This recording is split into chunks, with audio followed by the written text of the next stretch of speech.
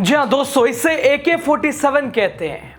ये आतंकियों अपराधियों से निपटने के लिए बनाई गई है, लेकिन इसका इस्तेमाल बिहार में सम्राट चौधरी ने छात्रों पर करवा दिया। देखिए ना कैसे बिहार में छात्र प्रदर्शनकारियों पर पुलिसकर्मी AK-47 से गोली चला रहा है। तस्वीर सिवान की है। दोस्तों, पूरे देश में किसी भी छात्र प्रदर्शन में पुलिस मैनुअल का उल्लंघन करके AK-47 से गोली चलाने का वैसे ये पहला मामला भी नहीं है। लोकतंत्र में शांतिपूर्ण प्रदर्शन करना नागरिकों का संवैधानिक अधिकार है।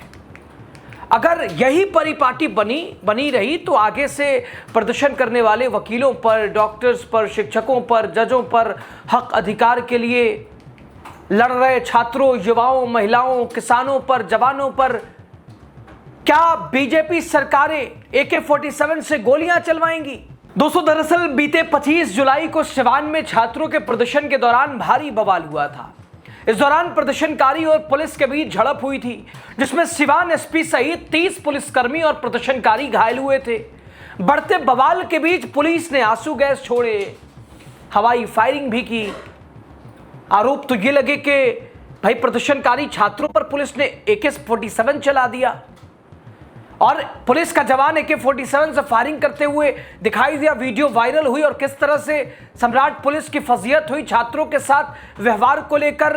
भारतीय जनता पार्टी की नीति मंशा पर एक तरफ तो इधर साहब के जितने भी प्रदर्शन में आए छात्र हैं उन पर FIR नहीं होगी, ये मांगे सरकार ने पूरी की और तब छात्र जंतर मंतर से लौटे।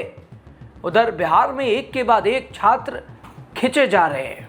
और दोस्तों, इसी बीच उस AK-47 वाले सिपाही पुलिस को भी उसके खिलाफ भी एक्शन हुआ, लेकिन यह एक्शन सिवान के SP DM क्या उनकी इजाजत के बिना AK-47 ये जवान चला सकता था? अब वायरल वीडियो पर सिवान के DM विवेक रंजन मैत्रे क्या कहते हैं? SP पूरन कुमार झा सामने आए। पूरन कुमार झा से पत्रकारों ने पूछा कैसे चला सकता है, सस्पेंड तो कर दिया महाराज आपने, लेकिन क्या बिना आदेश के वो ऐसा कर सकता था? SP साहब तो ऐसे घुमा फिरा के चलते हुए दिखाई दिए, लेकिन DM मैत्रे साहब ने चीजों को कैच किया, मोर्चा संभाला। उन्होंने कहा कि नहीं साहब, बताया कि जवान को फायरिंग की अनुमति नहीं दी गई थी, लेकिन जवान ने खुद को यह भी कहा, मैत्रे जिला अधिकारी हैं सिवान के, कह रहे हैं जवान ने खुद को घिरता देख फायरिंग किया था और इसी वजह से पुलिस जवान पर विभागीय कार्रवाई भी की जा रही है। सिवान DM SP का बयान सुनेंगे आप। सर, जिस सिपाही का वीडियो वायरल हो रहा है गोली चलाते वक्त, उस पर कार्रवाई हुई है सर? जी, उस सिपाही को तत्काल प्रभाव से निलंबित कर दिया गया है एवं उसके विरुद्ध विभागीय कार्रवाई प्रारंभ की गई है। क्या सर उनके द्वारा बिना आदेश के गोली चलाया गया था क्या? जी, उनको आदेश नहीं था। उनको हवाई फायरिंग भी नहीं करनी चाहिए थी और उन्हें इस तरह का शस्त्र वो पब्लिक में ले ही नहीं जाना चाहिए। वो फंस गए थे, जैसे पूर्व में SP साहब ने बताया, कहीं और जा रहे थे और इस कमोशन में फंस गए थे। इधर तेजस्वी यादव ने भी मोर्चा खोल दिया। तेजस्वी ने कहा कि ऐसे मामलों में सिर्फ गोली चलाने वाले ही दोषी होंगे। क्या सिर्फ गोली चलाने वाला ही दोषी होगा?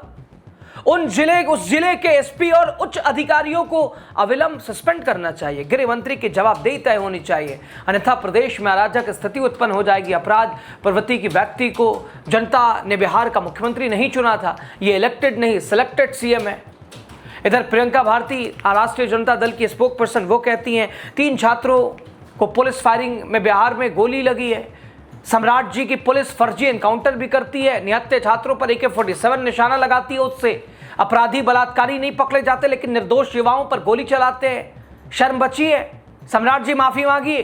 दोस्तों, अब इस बीच लगातार भारतीय जनता पार्टी की कार्यशैली पर पुलिस के ऊपर कई सवाल हैं। इस बीच पुलिस मुख्यालय ने 25 जुलाई को विभिन्न छात्र संगठनों और कुछ राजनीतिक दलों से जुड़े छात्र युवा संगठनों द्वारा आयोजित प्रदर्शन और बिहार बंद के दौरान हुई हिंसा को लेकर जानकारी जारी करते हुए 27 जुलाई 2026 को बताया कि राज्य में कुल 694 लोगों को हिरासत में लिया गया। इनमें सत्यापन के बाद 339 नाबालिगों और छात्रों को छोड़ दिया गया, जबकि हिंसक घटनाओं में शामिल पाए गए 335 लोगों को न्यायालय प्रस्तुत कर न्यायिक प्रक्रिया के लिए भेजा गया है। दोस्तों, पुलिस मुख्यालय के अनुसार प्रदर्शन के दौरान कई जिलों में कानून व्यवस्था की गंभीर स्थिति पैदा हुई। हिंसा में कुल 91 पुलिस पदाधिकारी जवान घायल हुए हैं। घायलों में सिवान और सीतामढ़ी के पुलिस अधीक्षक के अलावा 2 अनुमंडल पुलिस पदाधिकारी भी शामिल थे। कई थाना प्रभारियों को भी गंभीर चोटें आई थी, जबकि गांधी मैदान थाना प्रभारी या गंभीर रूप से वो भी घायल हुए थे। दोस्तों, अगर बातचीत की जाए तो सारण जिले में हिंसा के दौरान सदर प्रखंड के प्रखंड विकास पदाधिकारी भी गंभीर रूप से घायल हो गए थे। पुलिस के अनुसार उनकी एक आंख की रोशनी चली गई है। उनका इलाज IGIMS में चल रहा है। और वहीं रिविलगंज के प्रखंड विकास पदाधिकारी भी, उनके ऊपर भी जानलेवा हमला हुआ था, जिनमें उनके सिर में गंभीर चोटें आई। उनकी सर्जरी मेदांता अस्पताल में की गई है। पुलिस के मुताबिक दोनों अधिकारी गंभीर रूप से घायल हैं और उपचाराधीन है। इसी बीच बिहार पुलिस मुख्यालय ने सिवान में AK-47 फायरिंग मामले पर स्थिति स्पष्ट की है। पुलिस के हिसाब से 25 जुलाई को JP चौक के पास प्रदर्शनकारियों से घिरे जाने पर सिपाही अभिषेक कुमार ने सरकारी संपत्ति और पुलिस बल की सुरक्षा के उद्देश्य से 4 राउंड हवा में फायरिंग की थी। पुलिस का दावा है कि इस फायरिंग से भीड़ में शामिल कोई व्यक्ति घायल नहीं हुआ। मुख्यालय ने बताया कि सिपाही अभिषेक कुमार को तत्काल प्रभाव से निलंबित कर दिया गया। विभागीय कार्रवाई शुरू की गई है। और वहीं गोली लगने से घायल 3 युवक मोहम्मद आरिफ, आकाश कुमार और बुलेट कुमार, उनके बयान पर सिवान नगर थाने में अलग अलग प्राथमिकी भी दर्ज की गई है। पुलिस का कहना है कि तीनों युवक JP चौक से 1.5 से 2 किलोमीटर दूर अलग अलग स्थानों पर घायल हुए थे और चिकित्सकों के हिसाब से उनकी हालत खतरे से बाहर है। इनमें से मोहम्मद आरिफ को मेदांता अस्पताल से छुट्टी भी दे दी गई है। सिवान के पुलिस अधीक्षक पूरन झा ने कहा कि प्रारंभिक जांच में AK-47 फायरिंग से किसी के घायल होने की पुष्टि नहीं की गई है। उन्होंने बताया कि DIU की टीम उसी दिन सुबह हुई एक हत्या की जांच के सिलसिले में वहां से गुजर रही थी। इस पूरे मामले की संयुक्त जांच कमिश्नर और DIG स्तर पर कराई जा रही है, जिसकी रिपोर्ट अभी प्रक्रियाधीन है।